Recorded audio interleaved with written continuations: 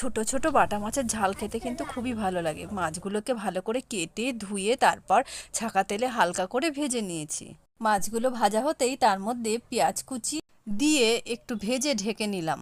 তারপর ঢাকনাটা তুলে আদা বাটা, রসুন বাটা, হলুদ গুঁড়ো, জিরে গুঁড়ো আর লঙ্কা গুঁড়ো দিয়ে ভালোভাবে কষে নিয়ে তার মধ্যে কিছুটা মিষ্টি দিলাম। তারপর দিলাম কুচিয়ে রাখা টমেটো। এটা দিয়ে কিছুক্ষণ ঢেকে রেখে দিয়ে তারপর ঢাকনাটা তুলে এটাকে স্ম্যাশ করে দিতে হবে। তারপর এটা থেকে একটা গ্রেভির মতো বেরোবে। এবারে এর মধ্যে কিছুটা সর্ষে বাটা ঢেলে দিলাম। এবার খুব ভালোভাবে এটা মিশে গেলে আরেকটু জল দিলাম। জল দিয়ে এইবার ভেজে রাখা মাছগুলোকে এর মধ্যে দিয়ে বেশ কিছুক্ষণ ঢেকে রাখলাম। 5 মিনিট পর রেডি আমাদের বাটা মাছের ঝাল। ভালো লাগলে ফলো করে পাশে থাকবে।